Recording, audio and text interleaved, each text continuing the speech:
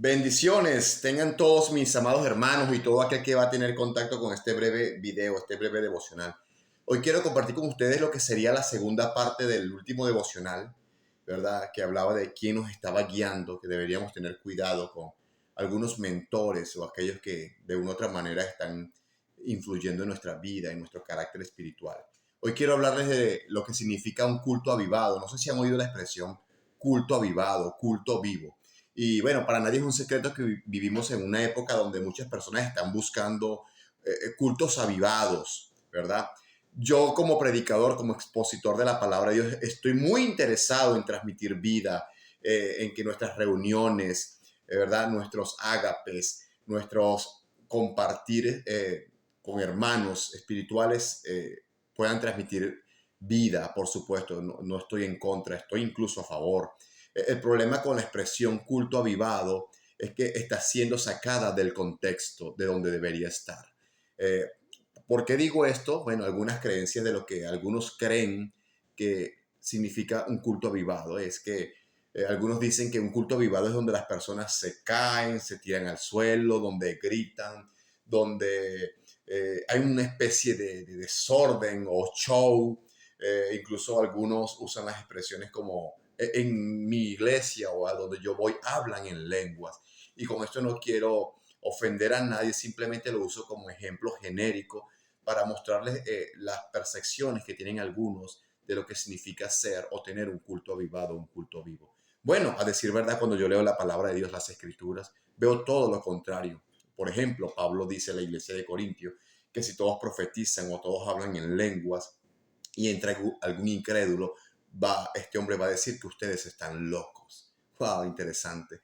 Interesante que en la teología de Pablo es todo lo contrario. En la mente de Pablo, un culto avivado no tiene que ver con nada de lo que nosotros muchas veces creemos que es un culto avivado. Bueno, ahora quiero decirles lo que significa tener un culto avivado. ¿Qué es tener un culto avivado? Es decir, ¿cuáles son los ingredientes que debe poseer un culto avivado? Bueno, número uno, cuando yo leo la Biblia, por lo menos he encontrado tres ingredientes que debe tener un culto avivado, un culto vivo.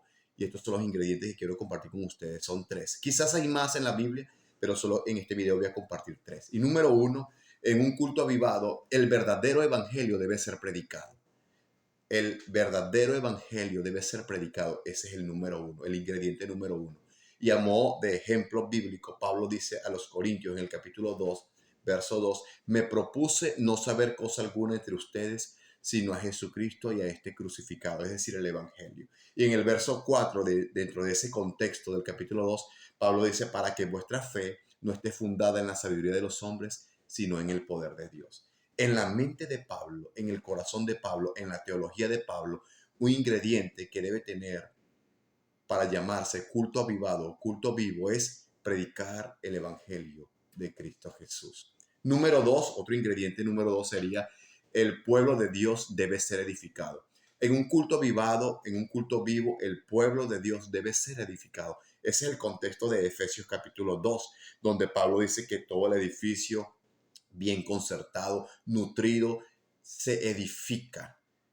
Otra vez en la mente de Pablo está la palabra edificar. El pueblo de Dios se reúne para ser edificado. Pablo dice a la iglesia de Corinto nuevamente, yo prefiero hablar una palabra con mi entendimiento, con el objetivo de edificar al pueblo de Dios, que decir 1000 palabras y no ser portador de edificación para el pueblo de Dios. Otra vez en la mente de Pablo, el ingrediente número dos en un culto vivo es edificar al pueblo de Dios. Y finalmente el número tres, el ingrediente número tres es el nombre de Dios debe ser glorificado en ese culto. Juan 17:4 me recuerda cuando Jesús ora y dice, Padre, te he glorificado en la tierra y he terminado la obra que tú me diste que hiciera. Y esa palabra glorificado dentro del contexto podría significar obediencia y honra a la palabra de Dios. Entonces, cuando nos reunimos es para predicar el evangelio, aclarar el evangelio en los creyentes y no creyentes, exponer con claridad el evangelio, claridad del evangelio de Cristo, del poder de Cristo. Dos, edificar al pueblo de Dios. Y tres, glorificar a Dios honrando y obedeciendo su palabra. Así que te dejo estos tres ingredientes. y espero cualquier comentario o cualquier duda que tengas. Bendiciones, tu hermano y amigo Isaac.